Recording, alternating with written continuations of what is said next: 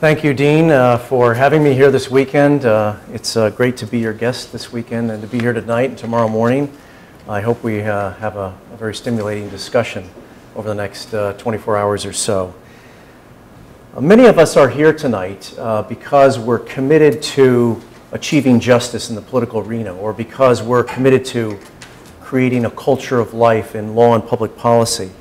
And one requirement, perhaps the first requirement of justice, is protecting the innocent. So the two are intimately related. And we have lofty goals that we want to achieve in politics. But in this fallen world of ours, there is always a tension between dreaming about our goals and accomplishing them, seeing them actually realized.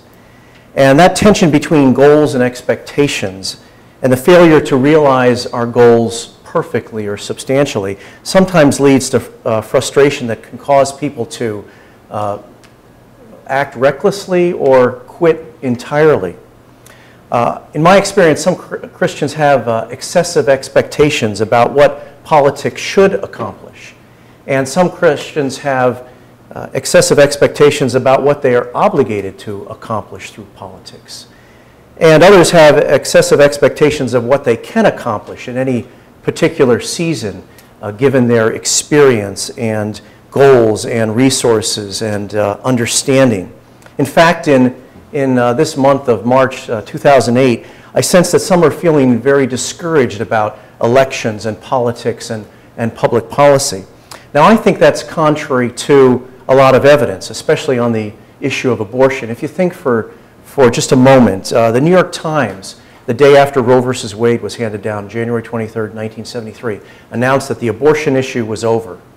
And after the Casey decision in 1992 and the Clinton election in 1992, the renowned columnist Charles Krauthammer pronounced that the abortion issue was over.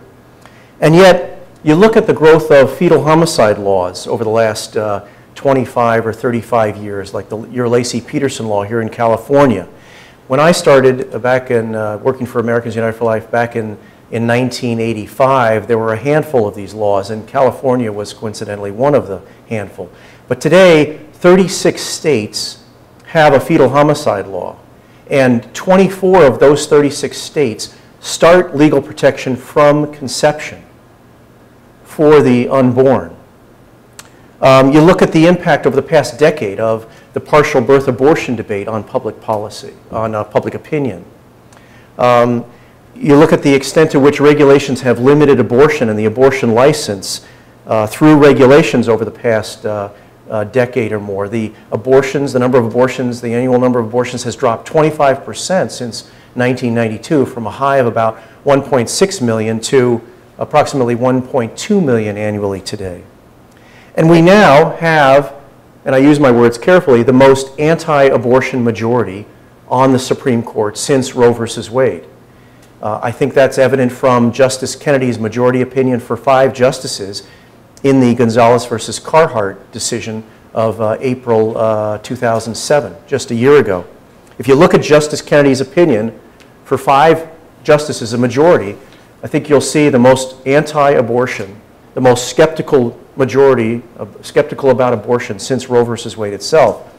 So in these talks tonight and tomorrow morning, I want to talk about effectiveness in public policy, about making a difference in public policy without moral compromise. How? How do we do that?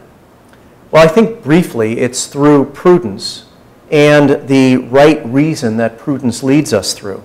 And that's the focus of my forthcoming book, The Greatest Good Possible, which will be published, as the Dean mentioned, by InterVarsity Press, hopefully by the fall. Unfortunately, prudence is a word that we've largely lost from our vocabulary. We've lost it, I think, to our great detriment in political effectiveness. And so as such, I see my talks tonight and tomorrow as an extension of the God and Governing Conference, the great conference that Trinity sponsored in February, which was, I thought, importantly subtitled, A Conference on Virtue, Ethics, and Statesmanship. So let me start by just summarizing my talks tonight and tomorrow and my conclusions. I was initially asked to address how we do public policy at Americans United for Life. And the mission of AUL is to change the law to protect human life state by state. And the short answer is that we we pursue a prudential strategy that seeks to achieve the greatest possible protection for human life in the law. But in this fallen world of limits and constraints, the aim of politics is not the perfect good, but the greatest good possible, given the limits and constraints that surround us every time we step into the public policy arena. Recall that the aim of the classical political philosophers and of the American founders was not the perfect regime, but the best regime, because they understood that we live in a world of limits and constraints.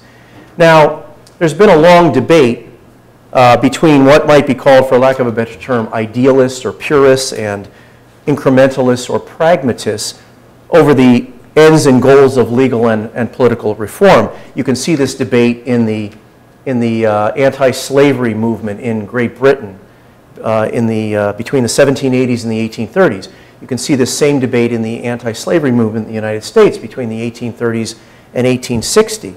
And of course, you can see it in the cause for life in the United States since the 1960s.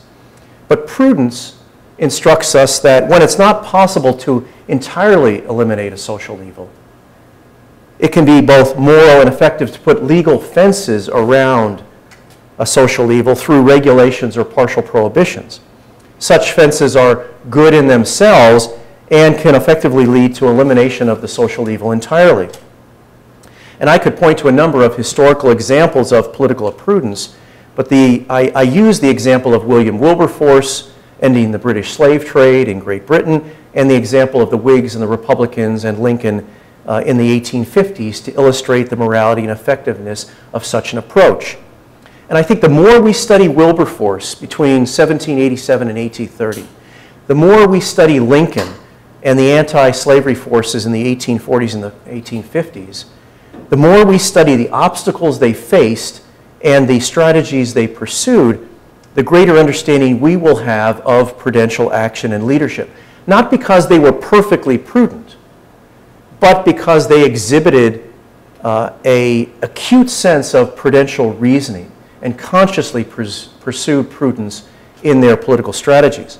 So in a sense, my aim in the greatest good possible is to bridge the divide between the purists and the incrementalists through the cardinal virtue of prudence. And prudence really has something to teach all of us, whether we're temperamentally or politically inclined to be either idealists or incrementalists. And two of the most serious prudential challenges we face today are how to overturn Roe versus Wade successfully and how to strike the right balance in protecting human life while promoting medical progress in the age of biotechnology. And for those of us committed to a culture of life, our challenge is how to create a culture of life in America through law and policy. Are we really being effective? And what more can we do? What different things can we do to even be more effective? So these are the questions that I want to explore tonight and tomorrow. I want to leave plenty of time for questions and answers, so I won't talk too long. But what does prudence have to do with public policy? I suggest everything. It has to do everything with public policy and with being effective. In its simplest form, prudence is just practical wisdom. Thomas Aquinas defined it as right reason about what is to be done. Right reason about what is to be done. Rational action only follows rational thought. And prudence is making good decisions in the work we do and implementing those decisions effectively. So it's at issue in every decision we make, day by day, week by week. We are prudent or imprudent in the decisions we make.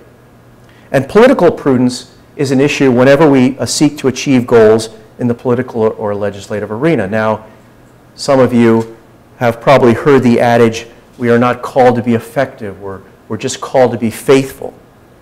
Frankly, I take issue with that. For example, if you look at Christ's parable of the talents, I think that suggests that we're called to be effective because there is a penalty if we are ineffective.